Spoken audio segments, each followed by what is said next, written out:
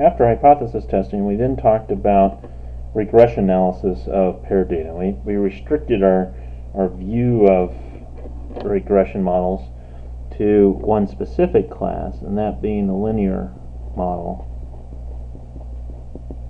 where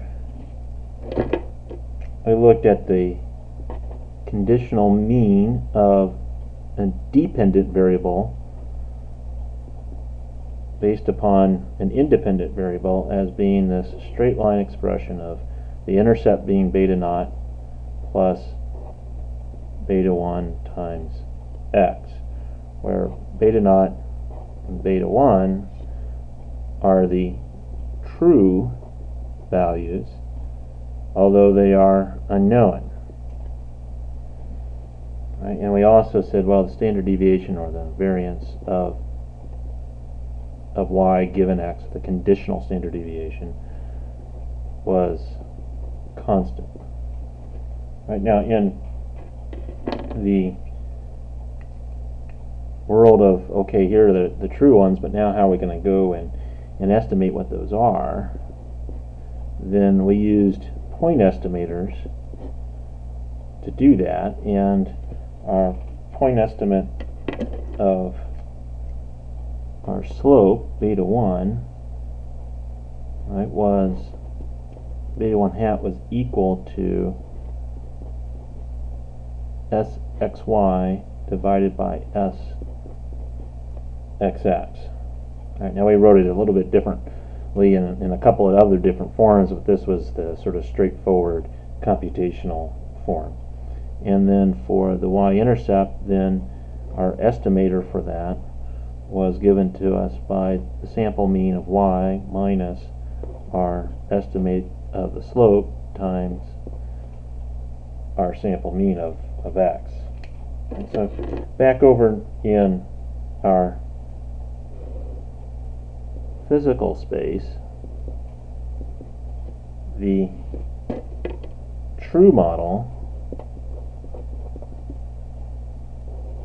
has our straight line. There's our conditional mean of y given x, and again that's beta naught plus beta 1x, where those are the true values, right?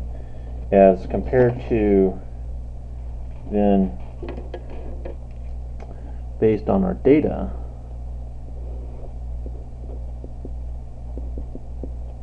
then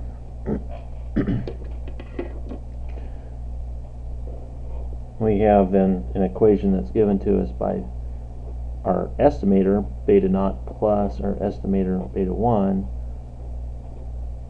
times x. Right? And so our actual data points were somehow around, this was a least squares model, so we were trying to minimize the squared error away from our line that we were fitting. Right? And so we ended up then with some spread around that, and we talked about developing confidence intervals